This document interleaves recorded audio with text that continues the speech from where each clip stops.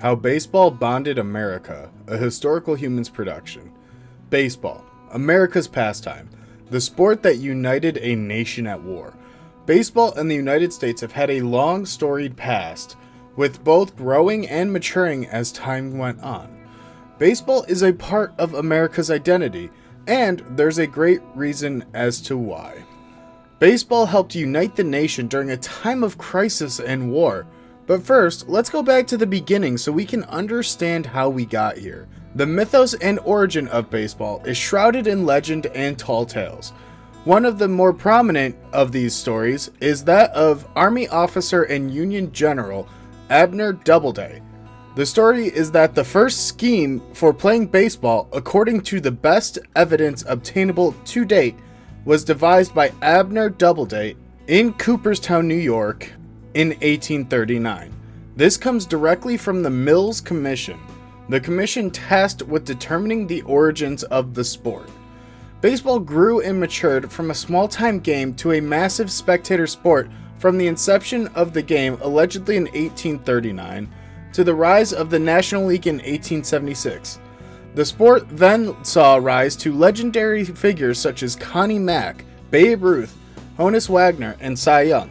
During the period from 1876 through the 1930s, the game solidified its place amongst American culture. At the onset of World War II, most Americans preferred a level of neutrality as they viewed the war as a predominantly European problem.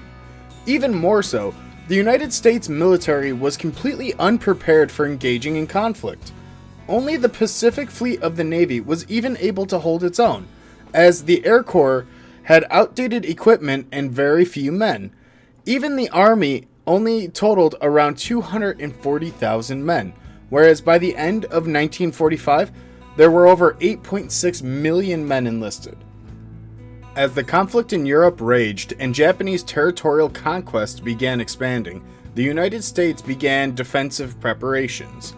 President Franklin Delano Roosevelt signed the Selective Training and Service Act on September 16, 1940.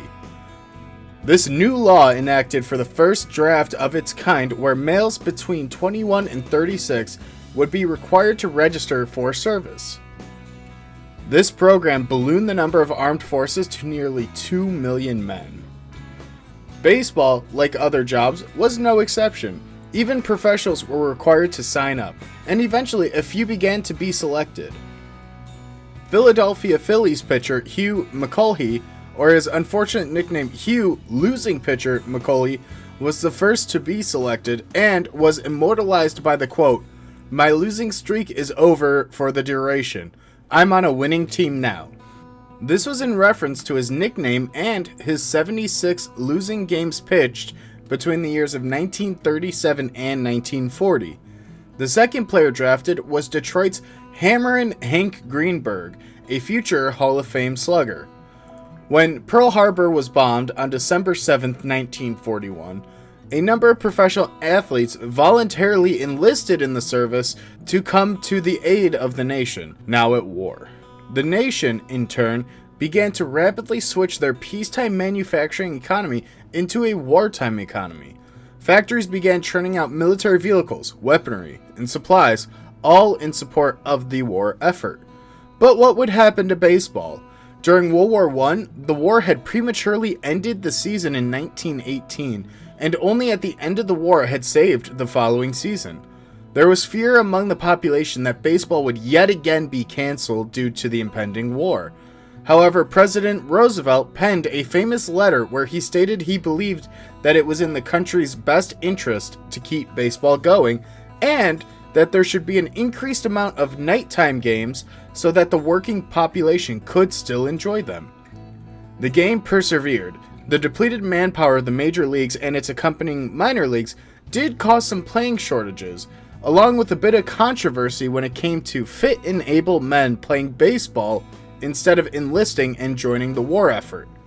In total, more than 500 major league players enlisted, the most notable of which are Ted Williams and Joe DiMaggio, and the minor league systems suffered a major shortage of players, having over 4,000 players served in the armed forces. In total, of the 44 minor league teams in the United States in 1940, only 12 survived after the war. There were even all-female leagues that sprung up during this time that completely replaced some of the men's leagues, and this was depicted in the movie A League of Their Own.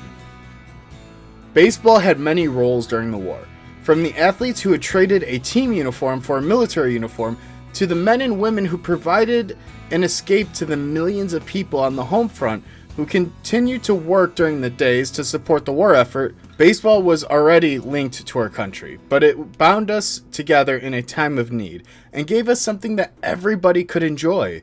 No matter who you were, where you came from, or what you believed, every single person could watch and enjoy baseball, although maybe not agree on a favorite team.